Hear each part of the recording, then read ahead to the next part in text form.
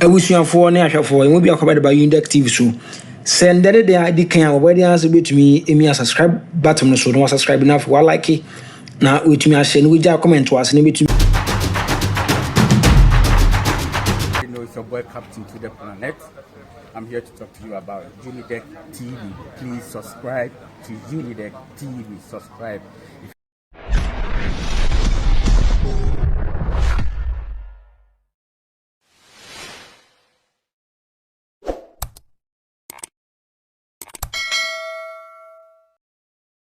Fan history dia na opinion sebi onum de papa for the history of Ghana.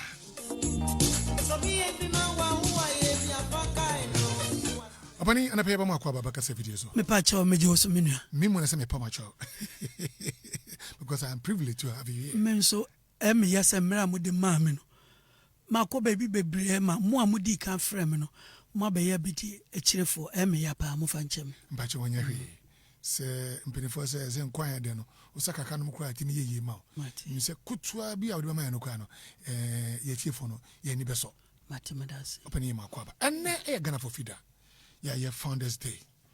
Enne ye pese udi ekoyechi ni ye hwe se Ghana fa hodi no. Eye nipa bako anase nipa dodo na no. Ene di fa hodi ne bae. Founders Day enne ye di holiday. Eye opani Kwame Nkrumah, ye papa President Kwame Nkrumah anase wanum ne di bae.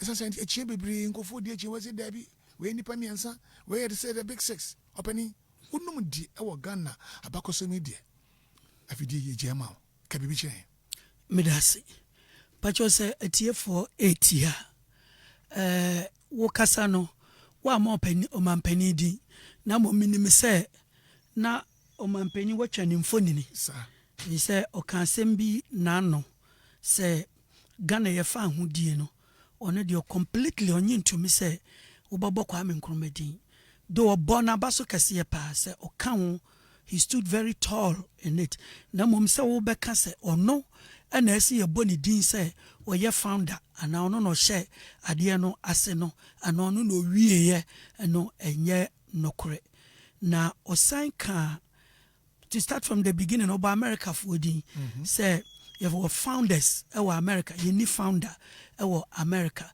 menene ya adwen kase pa say in the case of America no omo ye British for ene kwotena o ship bi afra the Mayflower e de won ekoye kokotena kochichire the Mayflower from British to America na plague yare bi si Britain pa ho asetane na enye in the year about 300 years before then no mo kochichire ho we so mo pe baby ekobo won ho edwa na omo koye no nti na chese Britain for na edi won so nti na America ka English no omo nyina aye British for omo nyina aye British for nti ayi President Trump na oye Scottish ni na Clinton ne Kennedy aye Irish for omo nyina fi United Kingdom and so omo kope o mindful for nti na omo frɛ America the New World nti America kuro bia wo bia no edi ni free Britain na ekoye te say York in England na New York so York and it's New York mo land bibia bu apart from nimpa ni din te say Madison mo president na big man din no ne aka ni na free UK na ekoye nti wo mo ye nipa ba ko akosi say 1776 wo mo kasa na say yete ye ho ana Britain for so wo mo mpani na nyina e ba ko na wo mo se da bia nya ba ko na wo kra wo man say ketu abi na hwe yen nti 50 different countries are you rule no mo kambo mo ne Britain for ekoye that was the American Revolution 1776 and no mo win here omo the Britain ko ekopa the War of Independence wow into na Britain na ko mo wadin cha America. Their problem is that when the war started you have to move troops on a ship thousands of miles from Europe to America to bedru wana na ni omo gina akono no na ekum omo awie nti me enko ho bebre nti omo je fa hodie no ana omo yesa wo mo ade adwene bai na omo di anim me ekon ya draw your constitution no e be frɛ omo the founding fathers of the United States konje fa hodie omo hwɛ ma man ni mu ancheche 50 countries na be 50 states no na ye ba ko te sa Africa a ye de ntem achiche wo mu de omu ya lucky se colonial master ba ko pe nti no ka bo ma nya den because one language na Ghana ye twa ye ni hwe benkuma Ivory Coast hwe ni fa waso bia ne kasa wo mu de nda anye difficult ama won because they speak one language. Yes, and the president they told who say United States our founding fathers other than Ghana ni founding fathers where he is having it wrong and say no two pieces of history are the same in the world. Obi betuma catch us we say obi and not just we say nipa no. Yeah, be there. Enti America there na 50 countries bo mo ko against Britain again fan hu no. Rather it will be compared to the OAU or AU. All the African countries and ye bomu eti OAU. Inti ehone ya were the founding fathers. Because omu ina na tenase here in the dako. And ye ka OAU nkwala no Organization of African Unity. Omu ni momka AU no. Omu no ina tenase dako no omu ina ka bomu. In the case of America, it was the same.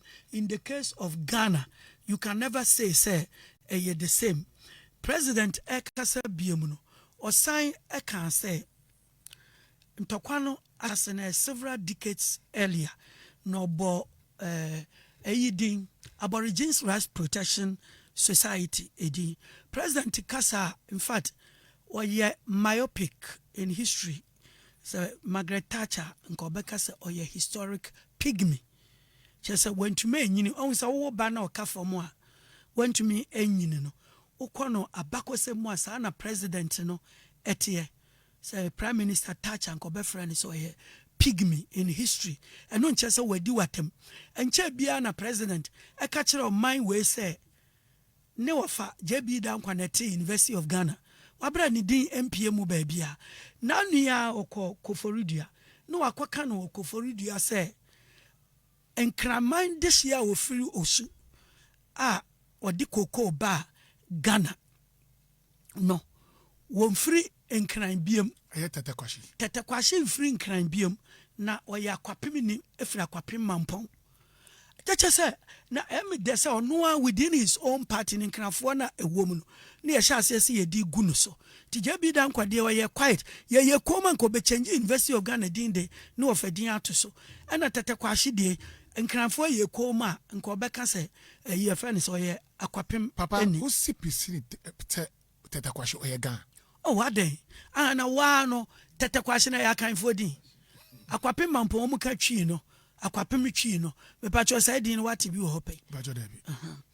Na nenso papa ye ni abrepa sa bibibia Kwame Nkrumah din bata wo no. Obewai ato atwene. O started first and foremost with 2 CDs no and 2 CD note no. Atamel si twa ya Nkrumah nko ani photo na ewo so no.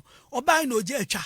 Nti tam ye criticizing na no no and o share that can say 2 CD note no ye ntwa biom na ye note ni ntwa bi 1 CD note nso ye ntwa biom na odetete ne ho ewo ho but the fact remains say more than 3 years or 4 years before see be ye ne kwan no na 2 CD note ye dwa na 1 CD nko ana ye twa eno achi eno san yi Kwame Nkrumah birthday no Founders Day original one no wotwa mu no ye ni Memorial Day eno achi na ade we AU Day because AU no time no do pe say wo kai Kwame Nkrumah that's Organization of African Unity. African Unity Nkrumah na ne kofa bai nti wo baba Kwame Nkrumah di nti say oyi edi efiri ho ana wo ka say na 4th August no a ye de ti UGCC no ono ne ya ne Founders Day for everybody enti no sai yi me ne speech no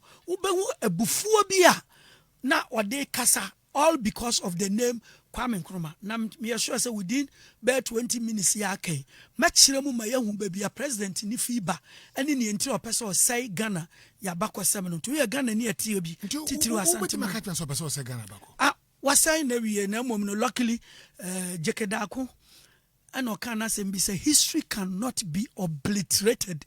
And na me Professor Bafo Ajimendi no say MPP ni ekoye show or another station. And ye bisa no what's the matter? The whole world they say Kwame Nkrumah Africa's man of the millennium. Inti AKUFO-ADDO Kenya ofesa wo de ba ho no waka say the founder of your nation. let me put it this way. You see, the only African footballer, or somebody a world footballer, upon area. Inti, enya wo de so Liberia ni Liberia for enya mo de. Nanka be free Liberia. No akase dabi me nyintum na be dipele ni mbo obosene upon area. That just say we are very dishonest scholar. Tina me so a pygmy in terms of history no. Very dishonest. Na ni entira oye no, ono nim ni entira oye meto amasam ne so awobehu no. Do you smell favoritism? 100% worse than favoritism. Na me chire mu ebeba. Ansana me hu se memre na aketo ebi wa hante. Yanko. Okay, tini atana say Aborigines Right Protection Society your friend is saying Mensa Saba and Wilson Say and DeGraff Johnson Kisley Hayford mo eti me pacho omo de ko fight for the preservation of Gold Coast lands as at 1897 na sa Gold Coast no na Sante enka ho North enka ho na Transvolta Togoland enka ho into the lands of the colony then na ya Western Province ejina wo masekendi takrade nzema hantamo Central Province Central Region ene asen na Eastern Province eye achimne akwapem ene nkran eno ne the colony ene omo ko fight for ene omo succeed here nti enam se won botai ene se omo fight protect forest no na ewo ho at that time omo saka saade ni wie no na organization no eguye ewo mu na 1917 yababete the National Congress of British West Africa eno de akrachifo awo Ghana then Gold Coast Nigeria Sierra Leone and the Gambia and the Cambo Meti said the be fa hudie ba ye nyina be your mind baako omuti wie no omutina se esen hu say o mind baako na wo hwehwe no between Ghana and Nigeria amam ye no atwa yentem between Ghana and Gambia amam boboro enan between Ghana and Sierra Leone amam boboro miensa na wo yentem enti no se wodi ye o mind baako a enyeye and the National Congress of British West Africa so eguye then come 1947 na in my mind this year George Alfred Grant businessman, then the richest man in Ghana. Or you're the first African bronifita of free Liverpool, England, a driver, no, the driver, the personal driver, you brony, Mr. Holly.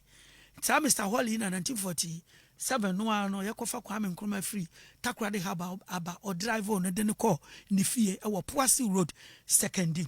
Now, or no, United Gold Coast Convention. And we invite JB down kwa any one now for four omunyina members of the then colonial parliament your friend the legislative council. Yes, the legislative council. JB down kwa was representing Achime Buakwa Pa Grant second D Obeche Bilamte Accra omunyina kekambo omu no omote sa ekuo no JB Dankwa was the financier.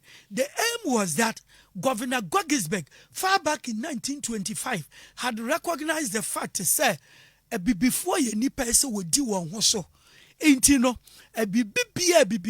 colonial government ne ye no yenya no through the Africanization policy ye be grow wo mun kakran no mo abedi won ho so enti because of this Gogisberg dream no Anna, your friend is saying, United Gold Coast Convention. And the aim was that even though you're parliamentarians, you're members of the Legislative Assembly, see, I don't kakra, ne bedru emirebi, ne say yenya fahudia, ne nye fe ni ye bete amanyokuo foforo na baako ewo ho dada nti ye ayaka ni nyina no ye be ye patames obia ntoa so enye nadwuma na mom ye hia administrator bi a obetena office na wa ye adwuma ede amayen na wa keep the idea alive. So the whole idea of the United Gold Coast Convention was an academic idea. Yen prepare ye ho ento nti se base the BSc eja o mani mu amobia na ya to aso already they were members of the colonial parliament no mo to aso ana ko ajeka so free London e ba no guy bi awo organization ko ana oye na takukura bi na ne bottom ni PhD oye wajai law no abandon na organize meetings nko a ti so ko fa ne ba na etua ne ka yie dia obeye why ya Kwame Nkrumah ye hwan wo ye obi a pa grant ni me dada o mu nyina firi nzema ana oma ye de telegram call say ye be ma ne £100 a month ye be ma ne car atenem and Nkrumah was so broke in London that to me kwatena bia baby obekasa saa nti o mu ene na adwene be ye pe no na wo acheche ni ska na ye see be mo yes I mean the truth must be told takukura na woni biti de bia fa organization ho no eno na organize a obawie no na chese kakra ka kire no anya bia to no boto na yesi e be ma uka e be ma £100 a month e fa abrochire na waka no wo ba wa wukuro ma anya wo de na Kwame e bai wo bai no within 2 days no call South Pond I wanna headquarters of UGCC o ba bi o mo de kwhye che so mo ready for independence nti anya say operating from secondary takrade or Accra entena baby because adena ye gradual yen kan say ye pe fa hudie sesei nti ye de Kwame bai na okostate ye adwuma na there were 2 branches operating, one in secondary takrade and one in Accra UGCC branches no me pacho in 4 months no mo hia no so mo twantra kire no say omu 13 branches so hwe na enye nokre no omu san ka kire ne say omu mpese obekọ asante ne srem ne ewe land KB dankwa ono no ye highly educated and wa convince papa no wie san 7 no grant say independence ne ebegin a colony no kwa Eastern Province and Western Province be kan bom secondary takrade Cape Coast Accra ye fa nko esoro ho so they were not talking about broader, you know, anyone trim and a dankwa apropos to the name of Ghana no ye befra no Akanman. That independent country will be called Akanman. And na meka professor Ajimam Dia political science professor meka no kasa meboa so agitum Akanman so that was the name ananka Jabi dankwa propose Akanman so ama asantefo ameyeden enka do you know his only reason achimni asante nka na asante sondodo omuba mu pe omudi woni pa bebre baba nti e bedoafo omu a aka no was scholars bebre yenhwe ne yamo wondin ewom sabe mpepefo nim nyansa me ya meka ho why na free papa waiting monti the smaller the better Kwame Nkrumah ba pe one free America medical cancer it is a country made up of 50 states 50 countries into that small Gold Coast no na shaman on the whole of Africa into tamwa ye de no etena so buy so £100 no babedru wie no mka so mbema ne £25 no see there be almost suspended no betuma ye adwuma without money no buy ne wahu ne say o mani ina epefa hudie nti so hia ahemfo no no no wo kasa no mo che ni sika o mo sama na aduane ne nsuo enti no sika no podi afa de onhia £100 bi to mo ati so about £25 no si sika no onhia na baby oboko bia ahemfo no heli no emani sika to no bottom ti ane emani sika for car nti se yamfa car na nka ho a enye hwe so they were happy.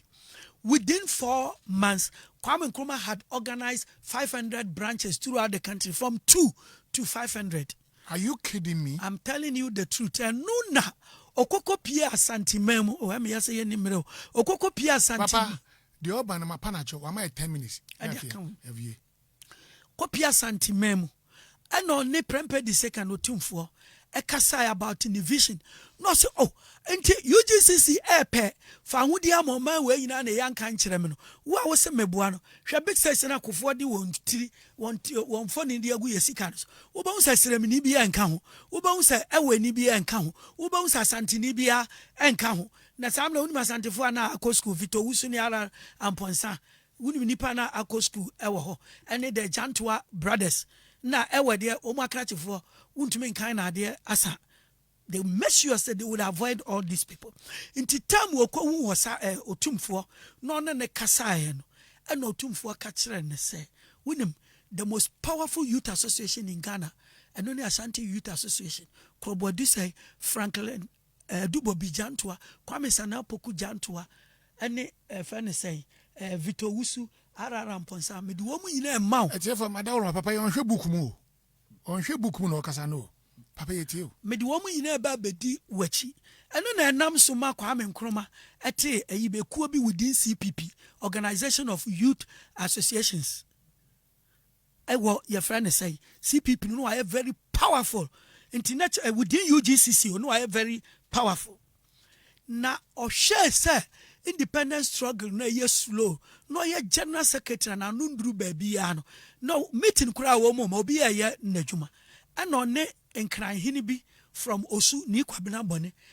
Share ho say me kasa nye UGCC nya me ne panin ka member out abey announcement on this day. Yeah, strike. So bien wo beto broni ade. Why Nkrumah was elected a socialist. Instead of using the intelligentsia academicians for his program, he wanted to use the downtrodden, the masses. No man ni kwabena bonete as say poor people na tade pa. De bi omu ko shops. Sika ni ko shop ko to ko na shopping. Bi ko boka ko tana burekire. Nti onwura shop mu. Owura ba ko nso Muhammad no nko bi na say ehia for na ma shops no eye lively.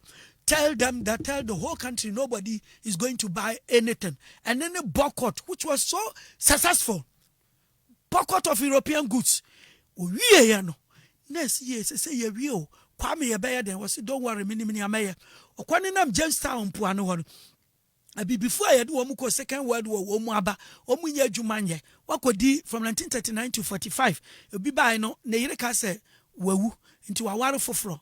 Any amount for more our watch you be say wukuru no say na de say me say o matamle so phone ni wana what to my ringe and wo mo buy wo ma me no mawu ne ade awerho and abrofo no sam ma won ex gracia na gratuity bia to mo kokotena mpo ano ho a omba no me sa no mu susa na Nkrumah say there's a power these people can help us to win independence na yes say on na damfo akoagye ekoka kire won say o mu free Britain urban na etua British fo na ekọ ni bi ex gracia moya ntua mu bi inti date say me ne Britain ayina kasa amrado akasa colonial governor ya kasa monkosa mu de mu petition ko hye nsem obi a stop mu ama mu ntie mu me enko Kwame asheda onime se o mu kwa ye be stop won basabasa yo ebeba Kwame adika organization throughout the country say that 24 February 1948 mobati riots biya wo Osu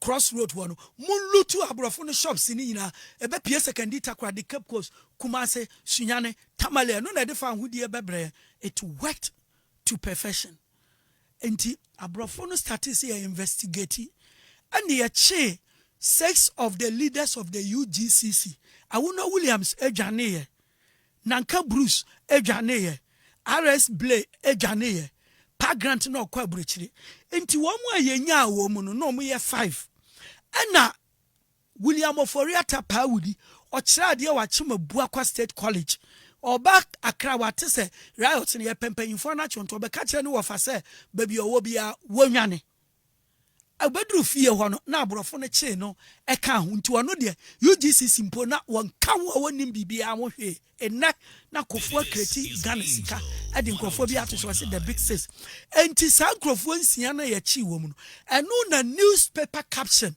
big sis leaders of UGCC arrested na no nkyere se William Oforiata pe fa hodie eno nkyere se dankwa na ope fa hodie and indeed abro mu ko police station o mu ko kire o mu caution statement no ana o mu te secret ni say ye Kwame Nkrumah na kompo ano ho eko ye masa trouble we nyina eba he nti nipa 5 ni nyina including Nkrumah damfo akoagye one no kompo ano ho na akoagye ma nipa baako soja ni baako butu sei ana ono eka kire Nkrumah so onfa ne handwriting entro no no na ye lawyer nti obe dictate west ne ye de bekwa akoye petition no no suro nti ono so kwa support 5 no na nam se Kwame Nkrumah ne handwriting na e wo original paper no so no o mu retrieve ya na che so ai ne ho hwe ya enye yi ana sanji tu mu se wo mu aka ni nyina ni panu no mu mpefa ahodie me pefa ahodie say you no nya efa ne say Sergeant Ajete Atipo ene Lamtenku ane wuye 20 other people were killed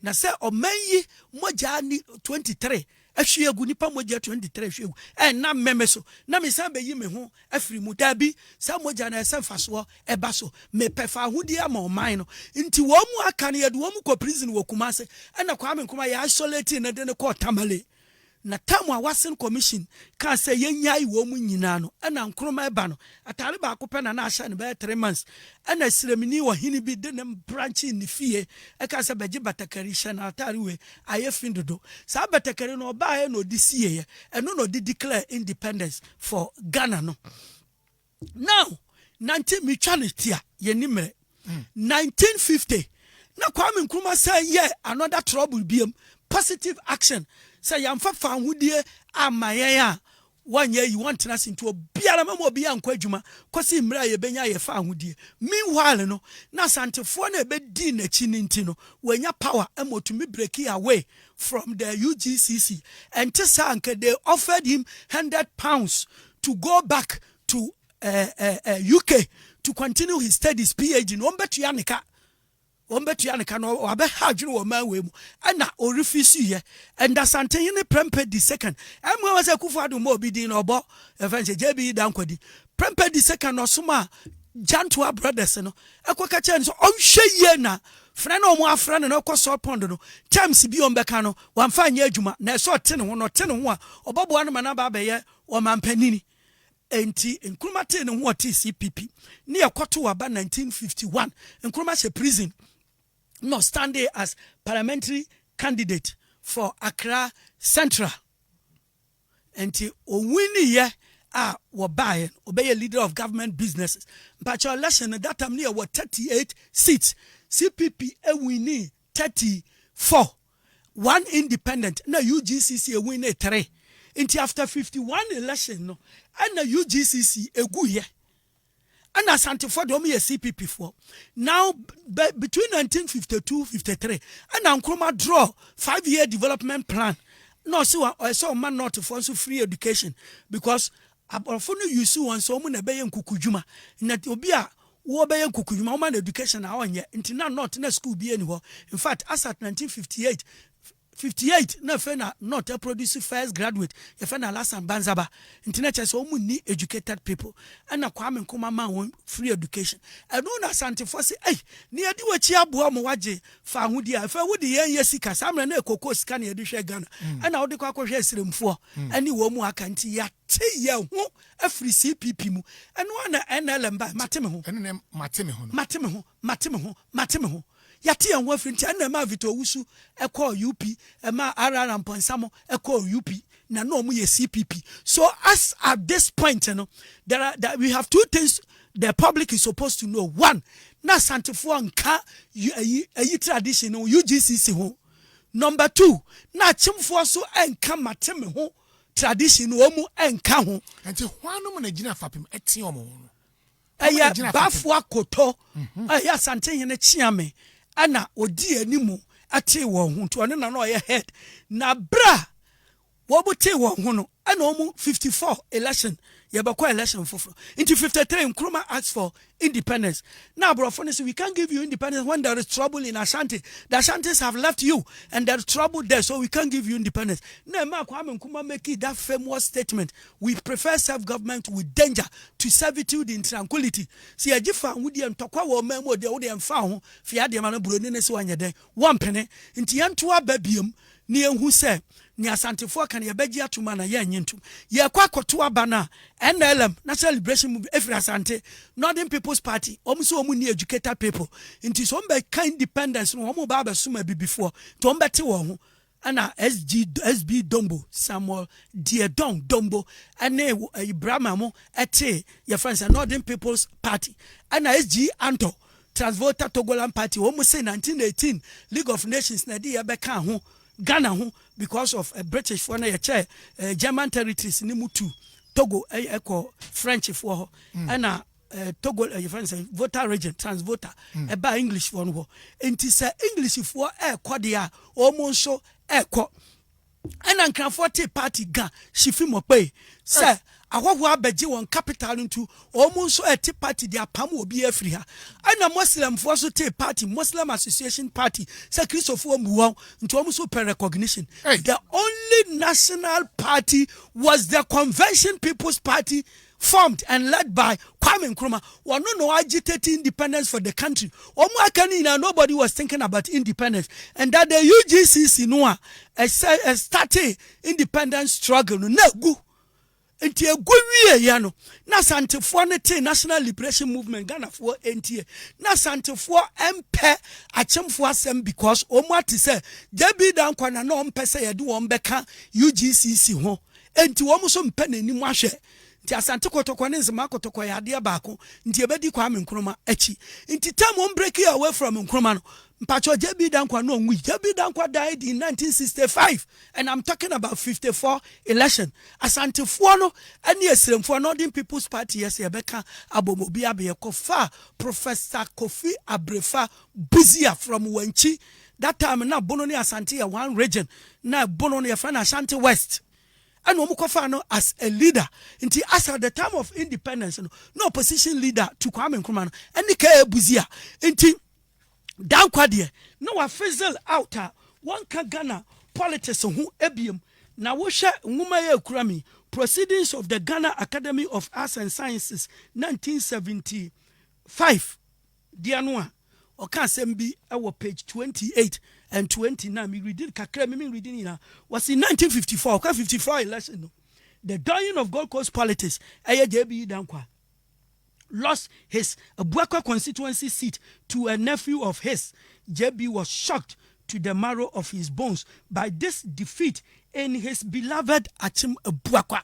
So that should tell you, say, Achim for Numpone CPP no mope, Duomu tutia Dankwa. Abra chain who say, and Muguasia Aka JB Dankwa no. Page 29 of the book, Shasama Wakaha, or say, in 1955, a year after he had lost, now, I will walk on. Was in 1950, the State Council of his home state of Achim Abuakwa, in recognition of all his services, and stood JB as the Chafohine of the Achim Abuakwa state. Into the highest achievement, JB Dankwa Enyan wo men we say mono, and the Chafohine of Ahifa Achim Abuakwa state. And then I will cast up a payan and Nkrumah ye bufua and unti was here founders. But me ye, 54 no. But you're 5 minutes per near call. 5 minutes. Me back conclusion. Ya part in any chow. I'm on my 5 minutes. But 54 election no. Debi Dankwa Olusi 56 there one contest be no relevant in Ghana politics. Then 57 year independence in Ghana ni be him say the leader of the opposition Professor K. Buzia actual letter to the British government title no say are you leaving us so soon? Adentra womu enya fahudie no Nkrumah na enya ana Nkrumah hu se parties na wo ho no enya national parties no me pass bill be a law Avoidance of Discrimination Act say ka parties na na opposition no omu kambo mo be friend UP enti from where I started from ebesi enne enya wanwa say Kwame Nkrumah 1948 students say yi wo mo di won fantepima this are no Augustins be a school de ma not to the Ghana National College 9 years later no G independence no the Ghana the two side school no because he kept the name from the ancient empire of Ghana baby ane Mali e wono ono no Mansa Musa mo no ai ono no my national flag me ka so ni Todoshi Okun omu ye no omu the Ethiopian flag ne de to no omu dane ni say the Ethiopia de ne lion ne dem ana ma me ni bisa se Ghana de ne but you say me the star and edutum no say ne yen stars bebre te say America de no o se me pe ba ko pe because no I the first black scholar Professor Anton William Amo 1703 to 1756 Germany the first black scholar be a professor ewo ho e Brit German for friend the black star e no me de tune eto yes flag no na nam so mumie no nyina yenzema for non petrabalism no wa moso ankyere maame no so he gave us our flag, he gave us the country's name, he gave us our independence, he gave us a national anthem. On no commission Philip Beho say a national anthem no sign commission Emonikwe say a national crest for my Mr. Emonikwe national crest Mr. Papa me here. Kwame Nkrumah is and would forever remain Ghana's founder. We don't have founders. Pierre Wakunso Jefa Woodie, Kwame Nkrumah no den kwani na da journey BBR to. He remains the founder. Now what better I say, Obi awa 72, one na ba ko. No, the man will haunt you from his grave. He will haunt you from his grave. Nano, Napo, Ebony, you Casa Mokwame Nkrumah na bibi chokuno. Who casa nyamini ho? Who casa nyamini ho? That's the last statement I'm making. Suyafu on Yesu. After one was Caesarea Philippi. No, be sa one say. Who do the people say I am? No, we say Ezekiel, we say Elijah, we say John the Baptist has come back to life. No, so what about you? Who do you say I am? But you only 12 no munyina ni medada so yenyame ba. But as schoolboys in the class, no di come man in saso. No can say you are Jesus Christ, the Son of the living God. Say nipanu no shira no can say upon this rock I will build my church. And obey a leader of the disciples and later the apostles. Openi lawyer Yao Anokye and a paper that was say. This is history, Robert. Why? Papa no on book musa. Papa, yamuamo eni nchechiri mu. Na me say FIFA so be fra na one day wa ba issue so. Because 1 month and say a pa idi you know. Be mic no. Emre bia o ka kan senke be ya. Sa chi for penny fee o mo bia ni akonwa ni bia mu da. Sa ansa na ogu ye no e wo me phone so. Na emre sem no momra na me mekirikiri mu. Eye Akimebuako for repenning house interest. Intina president ne ye ne oye no na nyamate me ho for because president na who say there is nothing called dankwa buzia tradition because story na manarity akere no. When we say dankwa di ma asante linkage ni mu na momu no asante Akimebuakwa e wa about 6 or 7 constituencies into we hear obi a wode ho ebe bono. No created tradition when you're community biadi and Ashanti were 46 constituencies in the Ashanti region, 6 in Ahafo, and the 2 were Eastern region, New Jabin, North and South, and Washa Daka said Danko Buzia Club. BBN was it is fighting that cause. As Ashanti for any bow on so people say 6 or 7 seats, not than one but no deal. So yeah, Ashanti man, we need another independence. Yeah, that's it. I wish you for an air for will be accompanied by Unidek TV so. Send that the ID can where the answer to me a subscribe button so don't subscribe enough while like it. Now with me I send we just comment to us and it's your boy Captain to the Planet. I'm here to talk to you about Unidek TV. Please subscribe to Unidek TV. Subscribe.